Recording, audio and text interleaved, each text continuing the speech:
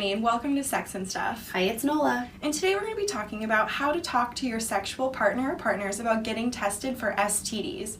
So the first thing is maybe it's a good idea to talk to your partner or partners before you have sex about getting tested for an STD, whether that be oral, anal, or vaginal sex, because you can get an STD anywhere. I think that's really important to think about it. Any type of sex you have, you can get an STD. And remember, a lot of times they don't show symptoms, so you're not going to know you have an STD in certain parts of your body. And it's not about saying, I don't trust you. It's about building mutual trust in any type of relationship, whether that be just a sexual relationship or any type of relationship.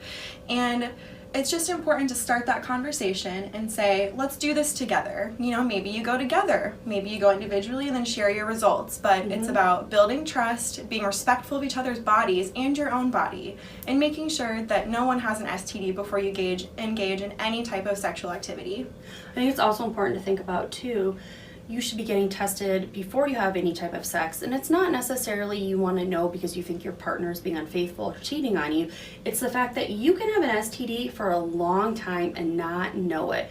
So this is a great way for both you and your partner to be getting tested before you engage in any type of sex. And so maybe you don't get tested before you have any type of sex. Then it's important to get tested even after you do. And it's just always a good thing to do. And again, it's not saying, I think you're cheating on me, or I did something, or you did something wrong. It's just about keeping each other safe. And so it's a great activity to go and do together. Makes it a little bit less awkward, I think, sometimes, if you can go with someone that you trust and make it a fun activity together. And it's also confidential. No one knows why you're there. So you could be going to a clinic for any other types of services. So also remember that. So then what happens if you do test positive? So think about how to talk to your partner about if you tested positive. There's a couple things we want to think about, okay? So remember that a lot of people get STDs. 1 in 4 people will get an STD in their lifetime, okay? And a lot of these STDs are curable. So have that conversation with your partner. Know the facts as well about STDs. Be sure that you can explain the STDs and how you get treated. And remember also to have that conversation that you need to get tested and treated and wait to 10 to 14 days after you have sex with your partner.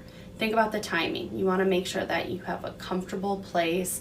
It's quiet. You're able to discuss this. And also remember too, if you're worried about your safety, make sure you talk to someone ahead of time, so they may be like someone you confide in, to let them know that you're having a crucial conversation with your sexual partner in case you're worried about your safety. Also remember you can call domestic hotline numbers as well. I think it's important also when you're having this conversation to not place blame on anyone. Absolutely. That might be a different conversation. This conversation is just to say, hey, I did test positive for this, so it's probably a good idea for you to go and get tested.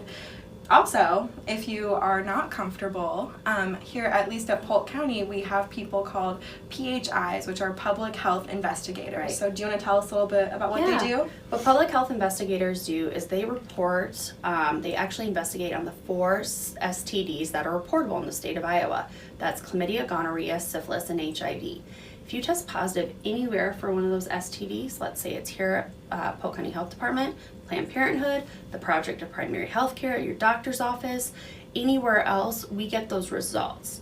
And then we're going to call you and find out a list of your partners. So we would actually do the hard work for you and let your partners know that you have an STD. So if you don't feel comfortable telling them, we can tell them for you. And I think what's important to remember about that is they never disclose who tested positive. Absolutely. So, they're not going to say, well, John Smith tested positive for chlamydia and you were listed as a contact. So he gave it to you. We can never do that. They're not going to say that. Because we're bound by law. We're bound by medical law not to say anything.